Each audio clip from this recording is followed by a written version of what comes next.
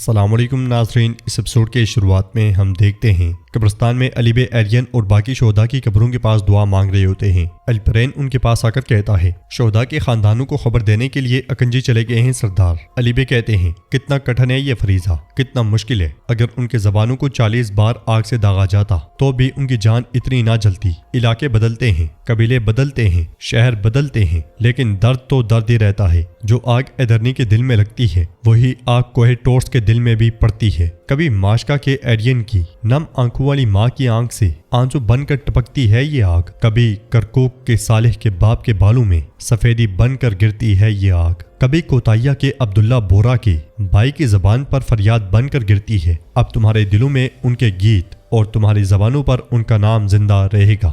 وطن ہم فتح کرتے ہیں اور ہمارے شہداء کی پاک روح اس کی حفاظت کرتی ہے، اور یہ ہمیشہ ایسا ہی رہے گا۔ یہ کہتے ساتھ ہی علی بے ایرین کی پگڑی پہ ہاتھ پھیرتے ہیں۔ جنگل میں ولاد پیدری سلیمان اور باقیوں کے ساتھ موجود ہوتا ہے۔ سپاہی آ کر سلیمان اور پیدری سے کہتا ہے مجھے پونٹس کے پیدری لیونارڈ نے بھیجا ہے۔ یہ کہتے ساتھ ہی وہ خبر پیدری کو دے دیتا ہے، جسے پڑھنے کے بعد پیدری ایک دم سے ولاد کے پاس جاتا ہے اور کہتا ہے محمد کی طرف سے خبر آئی ہے۔ ولاد پوچھتا ہے کیا ہوا محمد کو؟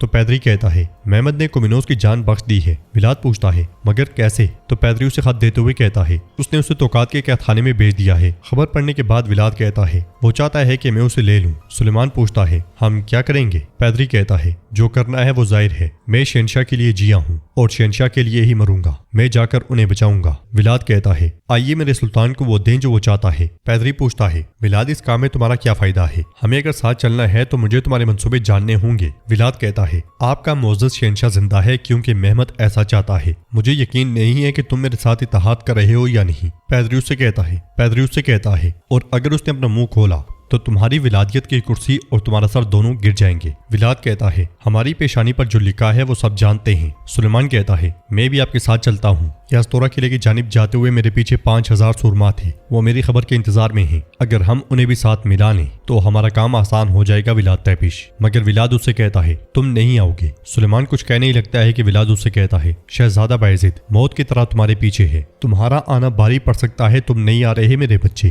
یہ کہتے ساتھ ہی ولاد آگے بڑھ جاتا ہے۔ پیدری بھی اپنے سپاہیوں کے ساتھ اس کے پیچھے جاتا ہے۔ ادھر سلطان کے سامنے بالی بھی اپنے سپاہیوں کے ساتھ موجود ہوتے ہیں۔